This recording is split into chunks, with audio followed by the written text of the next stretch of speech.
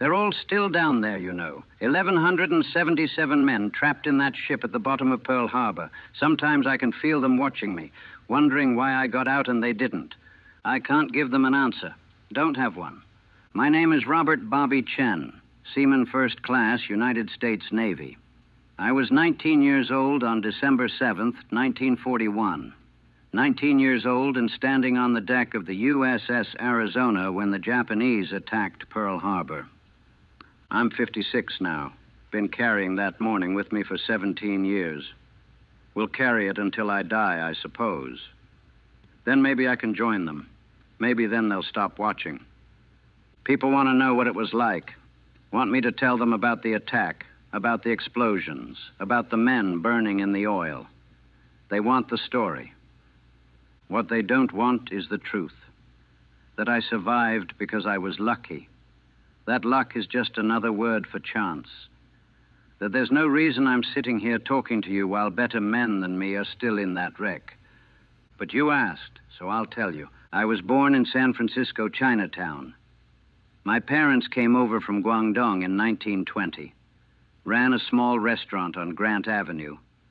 I was their only son, born in 2022. They wanted me to take over the restaurant eventually, keep it in the family. I had other ideas. Wanted to see the world, wanted adventure. The Navy seemed like the answer.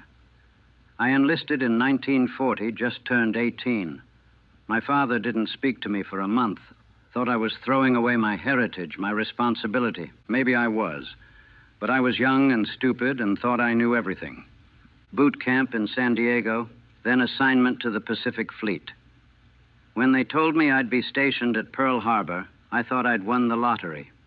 Hawaii, paradise, warm weather and beaches and beautiful women. What more could a kid from San Francisco want? I reported to the USS Arizona in August 1941. She was a Pennsylvania-class battleship, 31,000 tons of steel and guns. Launched in 1915, she'd served in World War I, though she never saw combat. By 1941, she was old by Navy standards, but she was still impressive, still powerful, still a death trap, as it turned out. But we didn't know that then. My battle station was in the forward magazine, below the waterline. I was part of the crew that handled ammunition for the forward gun turrets. It was hot work, dangerous work, but I was good at it. Strong for my size, quick, didn't panic under pressure. The Arizona's crew was like a small city. 1,500 men living and working together in close quarters. You got to know people, made friends, formed bonds. Had to, or you'd go crazy. My bunkmate was a kid from Oklahoma named Jimmy Patterson. 20 years old, red hair, freckles, always laughing. Wanted to be a farmer after his service was up. Talked about it constantly. The land he'd buy, the crops he'd grow, the girl back home he was going to marry. There was Chief Petty Officer Martin, a career Navy man from Boston. 35 years old, had joined in 24. Tough as nails, but fair. Looked out for us younger guys, taught us the ropes. And there was Lieutenant Morrison, the officer in charge of our magazine crew. From Virginia Naval Academy graduate, by the book, but decent, respected by the men. They're all down there now, all of them. Jimmy and Chief Martin and Lieutenant Morrison and 1,000 others, all still down there. Life on the Arizona was routine, mostly. Drills, maintenance, inspections. The Pacific Fleet was on alert. We knew relations with Japan were tense, but nothing felt immediate. Nothing felt real. We were in Hawaii. The war was in Europe, in China, somewhere else. Not here. Saturday, December 6th, 1941. Liberty call. Half the crew got shore leave. Jimmy and I stayed on board. We'd had Liberty the weekend before. Spent the evening playing cards, talking about home, writing letters. I wrote to my parents that night. Told them I was doing well, that the Navy was treating me right, that they should be proud. Told them I'd visit when I got leave, that I'd bring them something nice from Hawaii. Never mailed that letter. It burned with everything else. We turned in around 2200 hours. Jimmy was still talking about Oklahoma, about wheat fields and the smell of rain on dry earth. I told him to shut up so I could sleep. He laughed. "Just wait, Bobby," he said. "When the war's over, if there even is a war, I'm taking you to Oklahoma. Show you what real country looks like. Not like that city you grew up in." "There's nothing in Oklahoma but dirt and cows," I said. "Damn right," he said. "Best things in the world." Those were the last words we ever spoke to each other. We woke up Sunday morning at 0600. Normal routine. Breakfast in the mess hall, powdered eggs and toast and coffee that tasted like diesel fuel. Some of the guys were complaining about missing church services on shore. Others were nursing hangovers from the night before. It was a perfect morning. Clear sky, calm water. Beautiful, really. The kind of morning that makes you glad to be alive. By 0800, the Arizona was quiet, peaceful. Most of the crew was still getting ready for the day. Some were topside, getting ready for morning colors at 0800. Others, like me, were below decks, taking care of various duties. I was in the forward magazine, running inventory on shells. Boring work, but it had to be done. Jimmy was with me, still half asleep, making jokes about the coffee. Chief Martin was on deck, supervising something. Lieutenant Morrison was in his quarters, writing reports. Everything was normal. Everything was fine. Then, at 0755, I heard it. A sound like distant thunder, muffled through the steel walls of the magazine, but unmistakable. Explosions. "What the hell?" Jimmy said. We looked at each other. Then the general quarters alarm started screaming, and our world ended. The alarm was deafening in the enclosed space of the magazine. Jimmy and I looked at each other for maybe half a second. Then we were moving. Training kicked in. You don't think, you just act. General quarters meant everyone to battle stations. We were already at ours. Forward magazine, ammunition handling. Our job was to get shells and powder charges to the forward gun turrets as fast as possible, but we didn't know what was happening. Didn't know if it was a drill or the real thing. The explosions we'd heard could have been anything. Accidental detonation somewhere. A ship in trouble, who knew? Then the ship shuddered. A deep resonant boom that you felt in your bones. That was no accident. That was a hit. The phone to the turret rang. I grabbed it. "Magazine, Chen speaking. We're under attack." The voice was panicked, barely recognizable. "Japs are bombing us. We need ammunition now." Japanese, bombing Pearl Harbor. It didn't make sense. Couldn't make sense. But the ship shuddered again. Another hit. "Move!" Jimmy shouted. We started grabbing shells, loading them onto the hoist. The Arizona's 14-inch guns needed ammunition, and we were going to give it to them.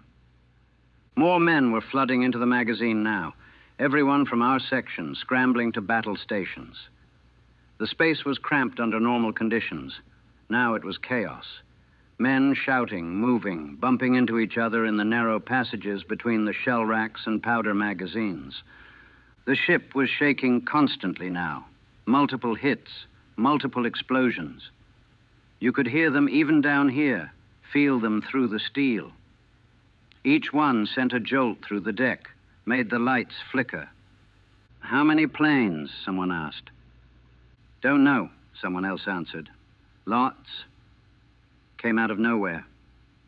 We kept working, loading shells, sending them up. Our hands moved automatically, years of training taking over. You didn't think about what was happening topside. You just did your job. The intercom crackled, the captain's voice distorted by static and the sounds of chaos. "All hands, this is not a drill. We are under attack by Japanese aircraft. Man your battle stations. This is not a drill." Not a drill. The Japanese were attacking Pearl Harbor, attacking us. We worked faster. The guns needed ammunition.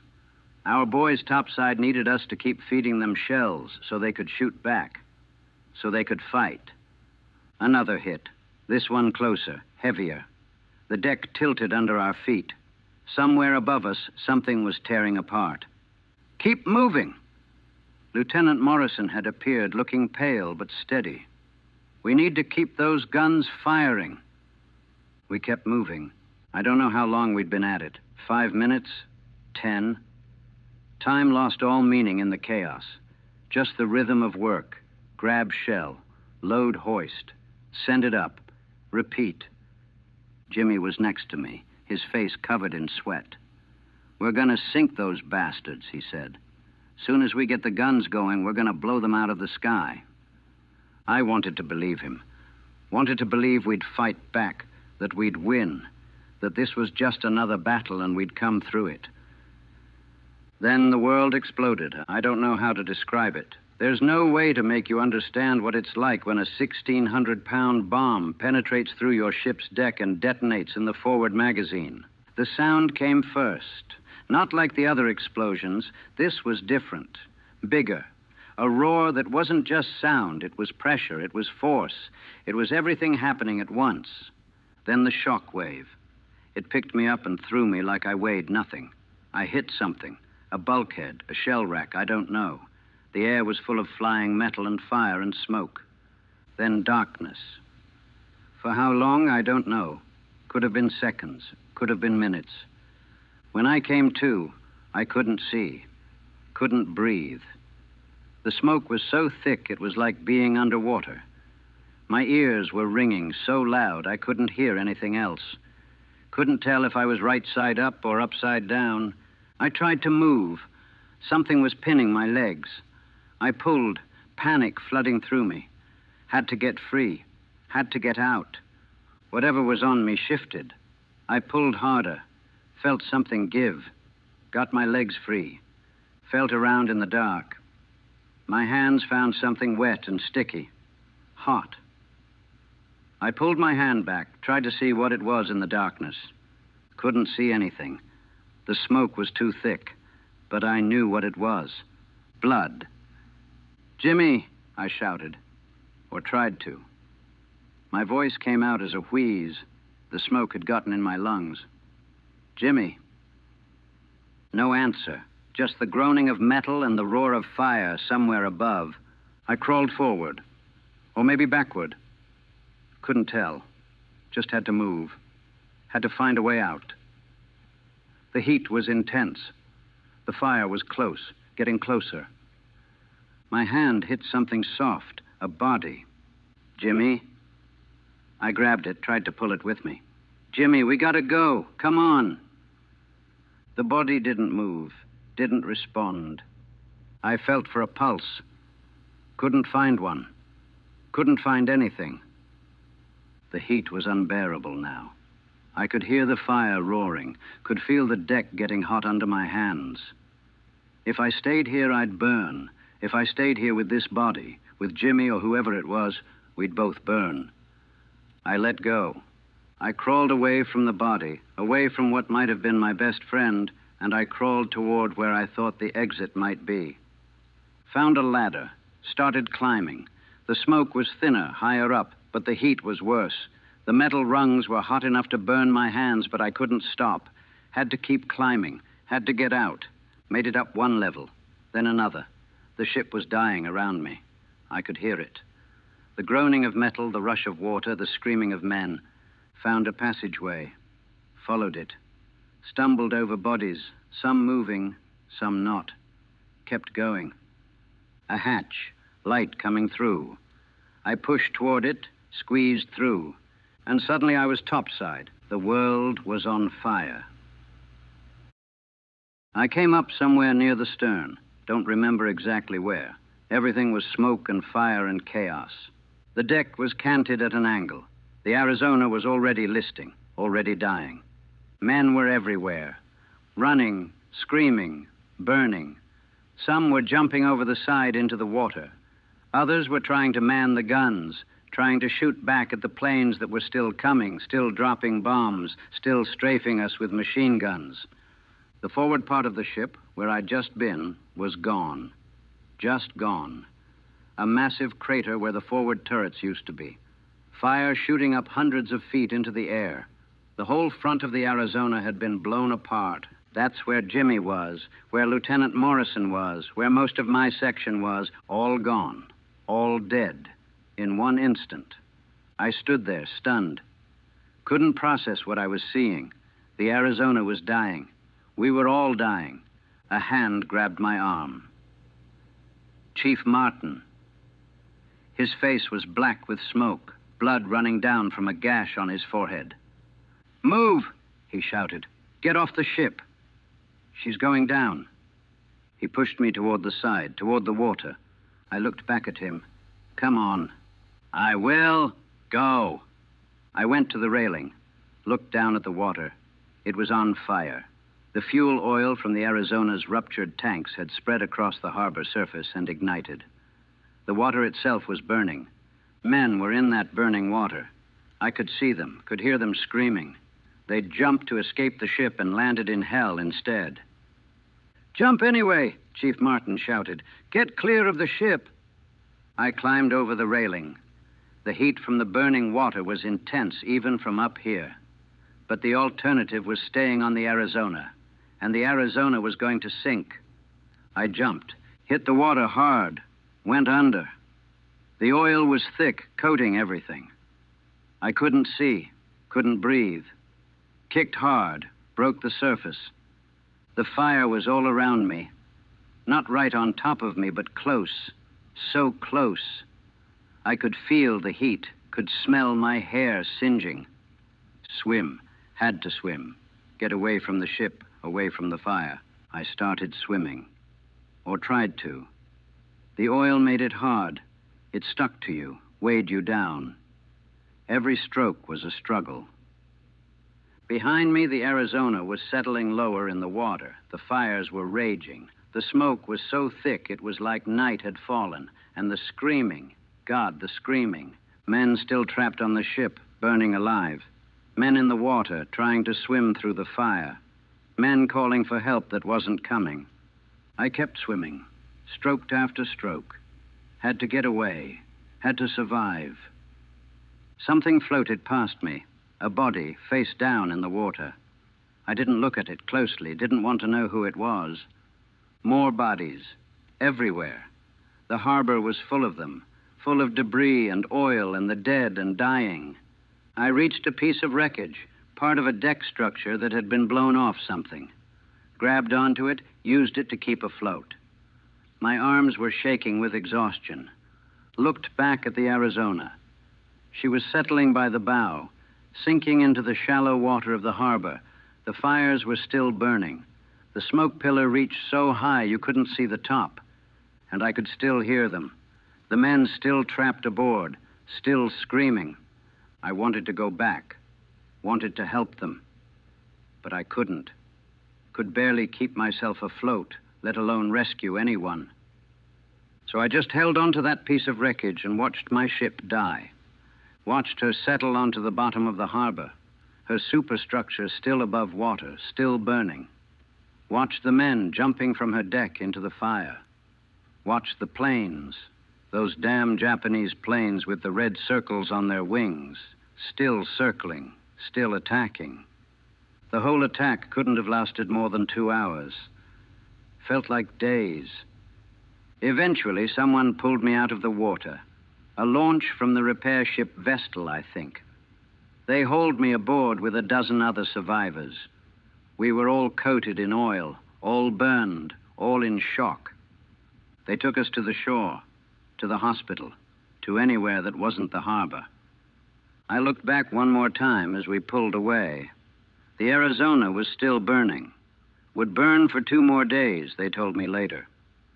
Burned while they tried to rescue survivors, tried to recover bodies, tried to salvage what they could. They got some out, not many. Most of the crew was dead within the first few minutes. The forward magazine explosion killed over 1,000 men instantly. The ones who survived that didn't survive long. 1,177 men died on the Arizona. Out of a crew of 1,500, I was one of 334 who survived. Why me? Why not Jimmy, who had his whole life planned out? Why not Chief Martin, who had a wife and kids in Boston? Why not any of the others who deserved to live more than I did? No answer. There's never been an answer. At the hospital, they treated us for burns, for smoke inhalation, for injuries we didn't even know we had. I had burns on my hands and face, cracked ribs from something that had hit me during the explosion, and my lungs felt like I'd swallowed fire. But I was alive. Alive when so many weren't. They kept asking me questions. What happened? What did you see? How many Japs did you count? I couldn't answer. Couldn't make words come out that made sense. Just kept seeing Jimmy's face, kept seeing the body I'd left behind in the magazine, kept hearing the screaming. Eventually, they gave me something to make me sleep. It didn't stop the dreams. I dreamed about the magazine, dreamed about the explosion, dreamed about crawling over bodies in the dark, about leaving Jimmy behind, about the burning water. Dreamed about all the men still down there in the ship. Could see them in my dreams, trapped in the darkness, in the water that filled the compartments. Could see them looking at me, asking me why I got out and they didn't. I didn't have an answer then either. They kept us in the hospital for a week, some longer, depending on injuries. The ones who were hurt bad enough got sent stateside for treatment. The ones who weren't, like me, got sent back to duty, as if we could just go back to normal, as if Pearl Harbor hadn't happened, as if the Arizona wasn't still sitting at the bottom of the harbor with 1,100 men inside her. They assigned me to shore duty at first, helping with salvage operations, helping process the dead, helping rebuild the base. Pearl Harbor was a mess. 8 battleships sunk or damaged, hundreds of aircraft destroyed, thousands of men dead, and we had to clean it up, had to get the fleet operational again. Because the war had just started, and we needed to be ready to fight. I hated every minute of it. Hated walking past the Arizona, still sitting in the shallow water, her superstructure above the surface like a tombstone. Hated knowing my friends were still down there. Hated the smell, oil and smoke and death that hung over the harbor for weeks. Hated being alive when they weren't. Other survivors felt the same way. You could see it in their faces. The guilt, the confusion, the anger. Some of them couldn't handle it.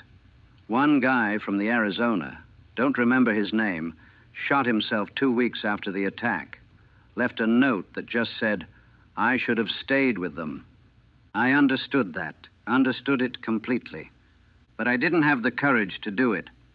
So I just kept going, kept working, kept pretending I was okay. They held memorial services, said prayers for the dead, played taps. It all felt empty, meaningless. How do you memorialize 1,100 men? How do you make sense of that kind of loss? You can't. You just stand there while someone reads names and pretend it means something. In January, they transferred me to a new assignment, a destroyer, the USS Fletcher. They needed experienced men, and I qualified. Seaman First Class Chen, survivor of Pearl Harbor, ready for duty. I didn't want to go, didn't want to be on another ship, didn't want to risk going through it again. But you don't get to choose. The Navy needs you, you go. The Fletcher was a good ship, new, fast, well-armed. The crew was professional, the officers were competent. Everything the Arizona had been and more. But every time I walked below decks, I remembered the magazine.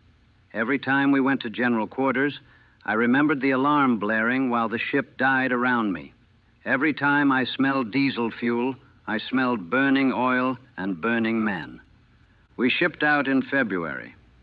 Convoy escort duty at first, then working our way toward the Coral Sea. The Navy was trying to stop the Japanese advance, trying to hold the line.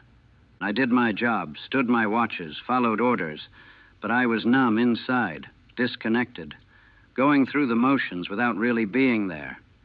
The other guys on the Fletcher, they hadn't been at Pearl Harbor, hadn't seen what I'd seen. They still had that edge of excitement, of patriotism, of wanting to fight the enemy. I didn't have that anymore. I just wanted to survive. Just wanted to make it through another day without dying, without losing more friends, without going through it again. We saw action in the Coral Sea in May.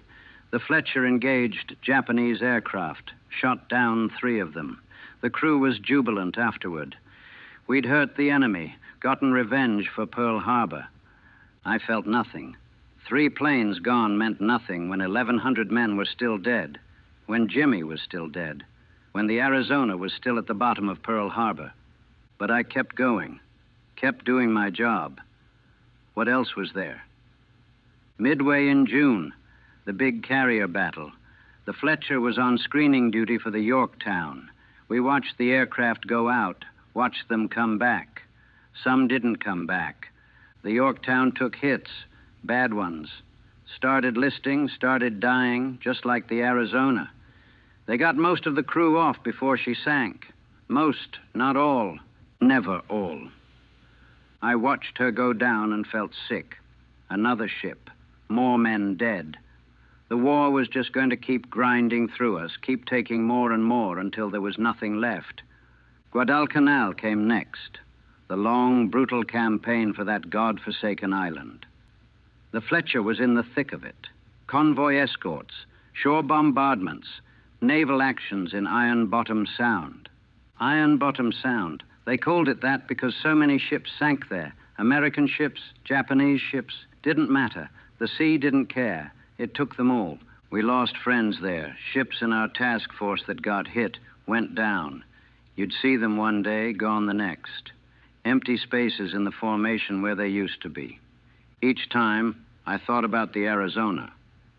Thought about being trapped below decks when the ship died. Wondered if the men on those ships felt the same terror I'd felt. Wondered if they had time to think about it or if it happened too fast. Didn't know which was worse. The fighting around Guadalcanal went on for months. November brought the naval battle of Guadalcanal, 2 days of savage fighting in the darkness. Ships so close you could almost throw rocks at each other.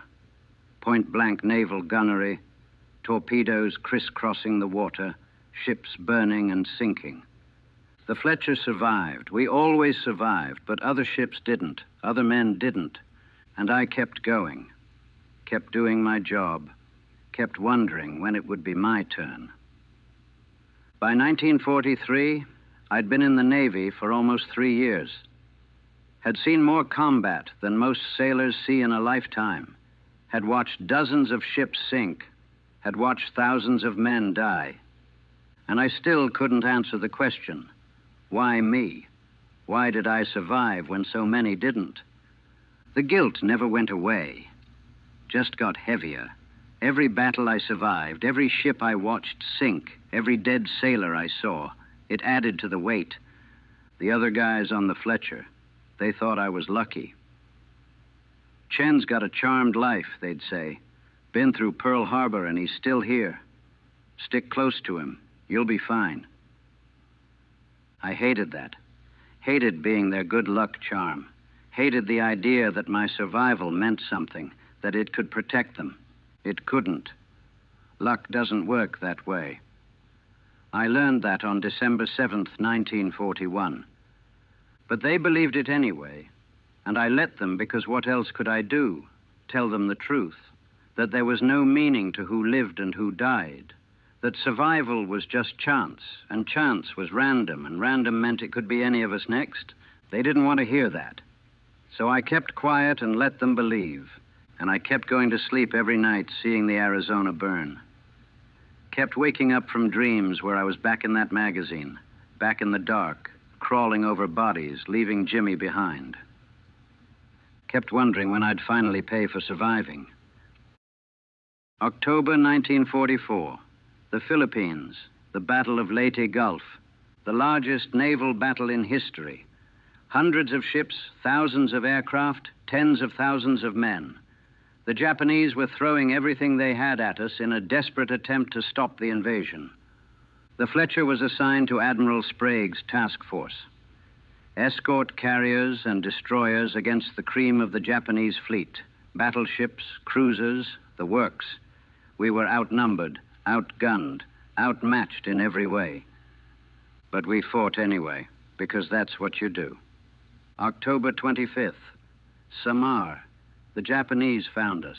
I was at my battle station when they came over the horizon. Battleships. The Yamato class, the biggest warships ever built. Their guns could blow us apart from 20 miles away. We should have run, should have scattered and hoped they couldn't catch us all. But Admiral Sprague ordered us in, ordered us to attack. Destroyers against battleships. It was suicide. We went in anyway. The Fletcher went to flank speed, laying smoke, closing the distance. The Japanese opened fire. Their shells were so big you could see them in the air, giant black masses arcing toward us. The water around us started exploding, geysers of water taller than our mast. Shell splashes so close the water came down on our deck. Any one of those shells hit us, we'd be gone. Just gone. And I stood there at my station, and I felt nothing. No fear, no adrenaline, nothing, just empty. We launched torpedoes, turned away, kept making smoke. The Japanese were chasing us, shells landing closer and closer. Ships in our task force were getting hit. The Johnston went down. The Hull, the Samuel B. Roberts, good ships, good men, gone, and I felt nothing. That's when I knew I was broken. Completely broken. Should have been terrified. Should have been fighting for my life. Instead, I was just numb, waiting for the shell that would finally hit us, waiting to join Jimmy and Chief Martin and all the rest, waiting to stop feeling guilty for being alive. But the shell never came. We survived. Again. The Japanese broke off, turned back. We'd done enough damage, caused enough chaos that they gave up. We'd won. Against all odds, we'd won. The crew was celebrating, cheering. We'd faced down battleships and survived. We'd made history. I went below decks and vomited. Couldn't stop shaking, couldn't breathe. Just kept seeing the shells coming down, kept waiting for the hit that would end it. The ship's doctor found me, gave me something to calm down, asked me questions I couldn't answer. Eventually sent me back to my bunk. I lay there, staring at the overhead, and realized I couldn't do this anymore. Couldn't keep going out there. Couldn't keep watching ships sink. Couldn't keep surviving while others died. I was done, finished, broken. But the war wasn't done with me. We kept fighting, kept sailing into danger, kept risking our lives. And I kept going through the motions, kept doing my job, kept surviving. But I wasn't really there anymore. I was back in the Arizona, back in that magazine, back in the moment when the world exploded and everything I knew died. Some part of me had never left that ship, had died with Jimmy and the others.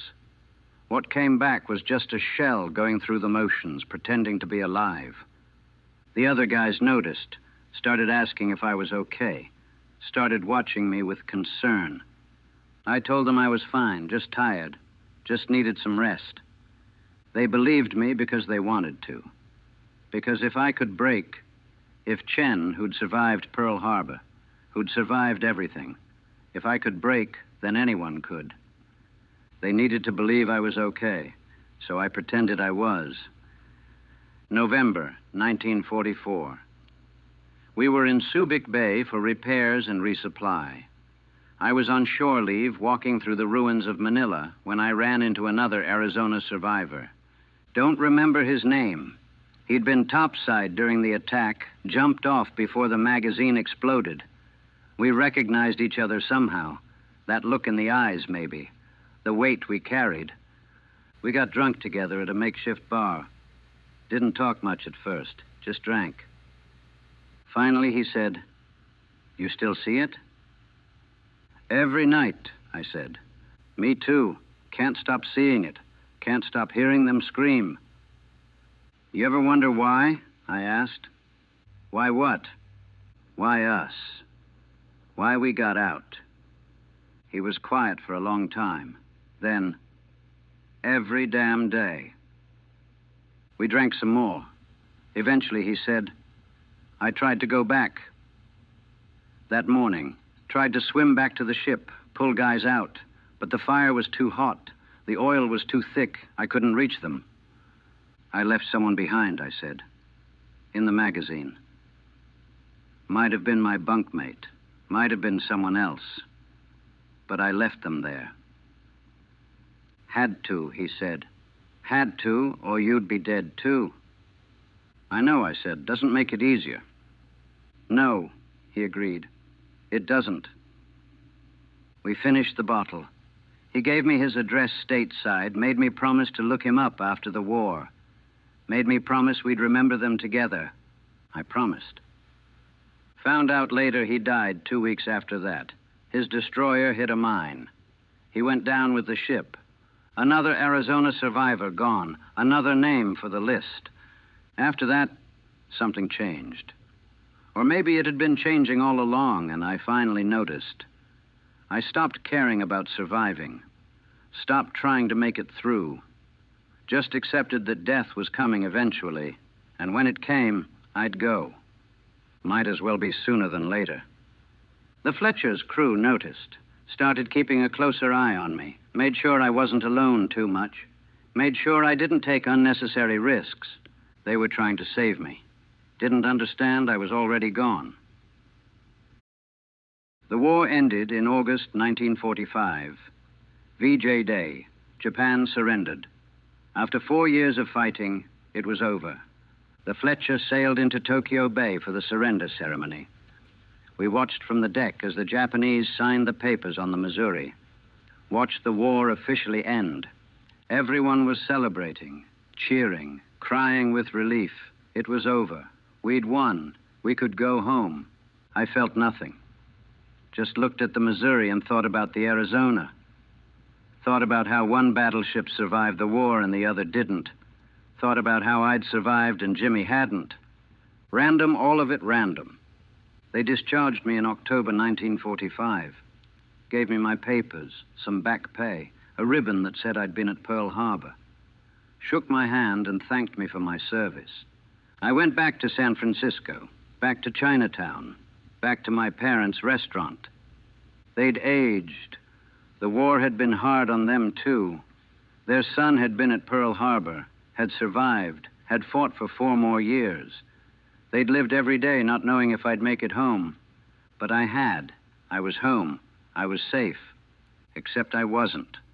Not really. My father wanted me to work in the restaurant, learn the business, take over eventually. Same plan as before the war. I tried. Lasted 3 months. Couldn't do it. Couldn't stand there making noodles and taking orders while Jimmy and Chief Martin and 1,100 others were still at the bottom of Pearl Harbor. Couldn't pretend life was normal when it wasn't, when it would never be normal again. I got a job at the docks instead, loading and unloading ships.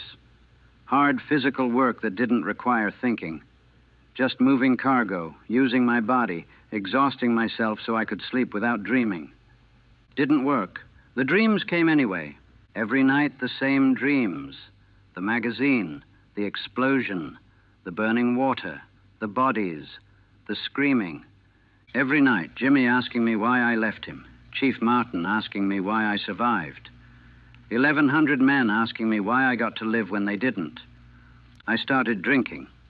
Not socially, not casually. Drinking to forget, to numb, to silence the voices. It helped.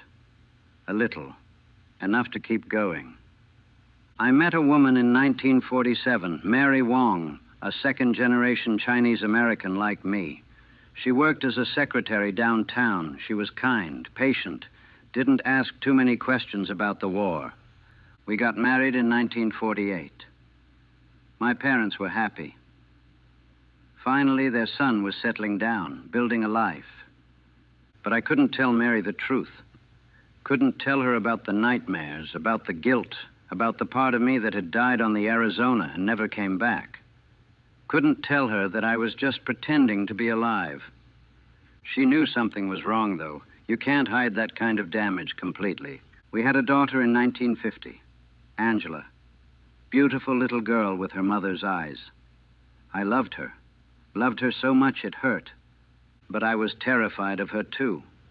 terrified that something would happen to her, that I'd lose her like I'd lost everyone else, that the universe would take her away to balance the scales, to punish me for surviving when I shouldn't have. I couldn't sleep when she was a baby, would lie awake all night, listening to her breathe, making sure she was still alive. Mary thought I was just being a nervous first-time father. She didn't understand, couldn't understand. By the 1950s, Pearl Harbor had become history. People talked about it the way they talked about any historical event. December 7th, 1941, a date that will live in infamy.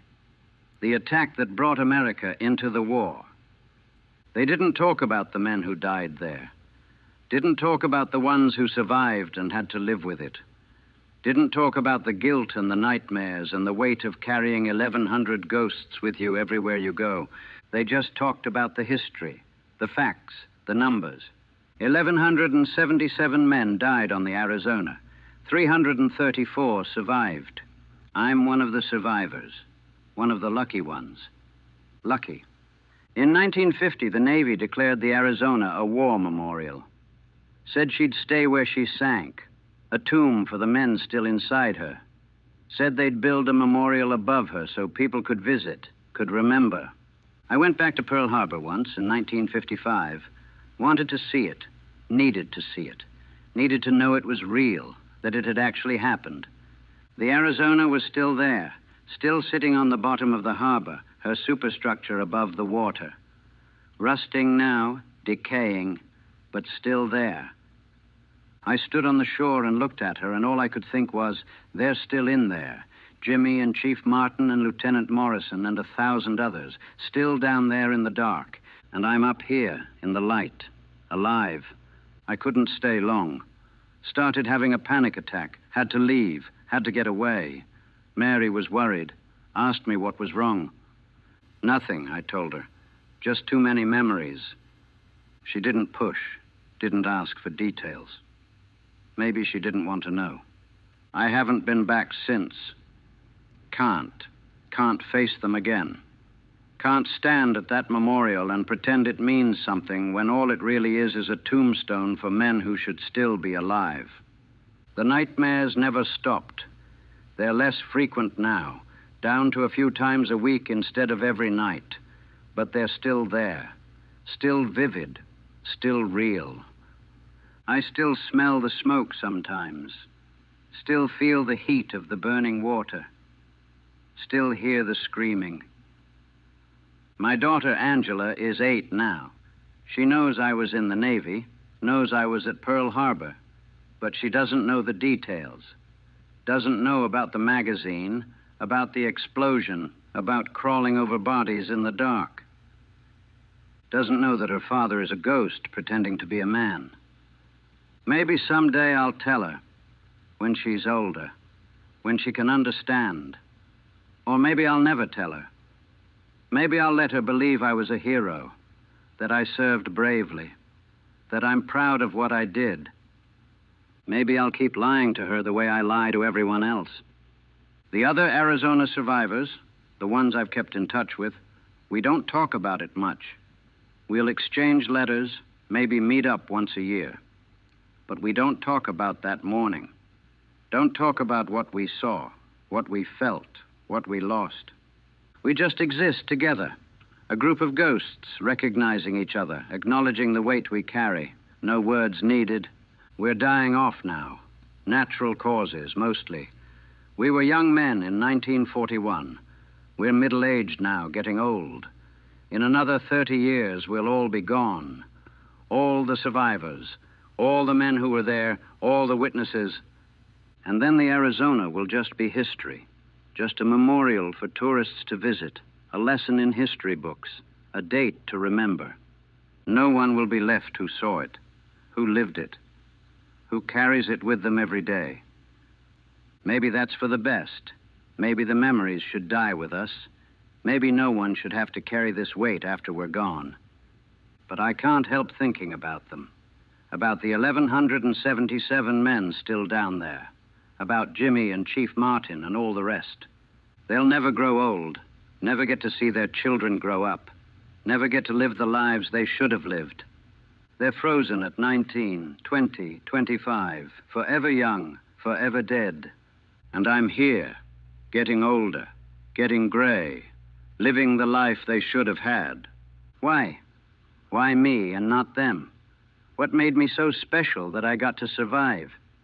I've spent 17 years trying to answer that question. I'll probably spend the rest of my life trying. And I'll never find an answer, because there isn't one. There's no reason, no logic, no justice.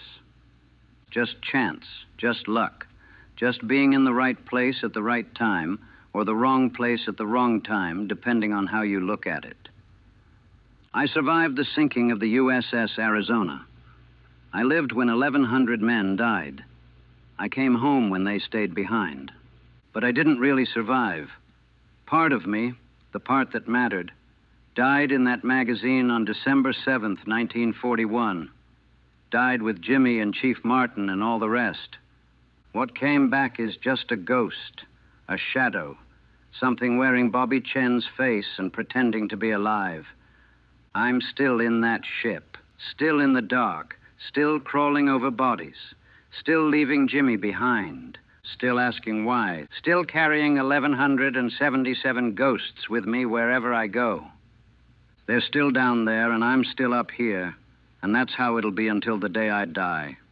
And maybe, when I die, I can finally join them, finally answer their question, finally stop feeling guilty for surviving. Until then, I just keep going, keep pretending, keep living a life I don't deserve while they rest in a tomb at the bottom of Pearl Harbor. We never came home from that morning. None of us survivors really came home. We're all still there, still trapped, still dying, still asking why.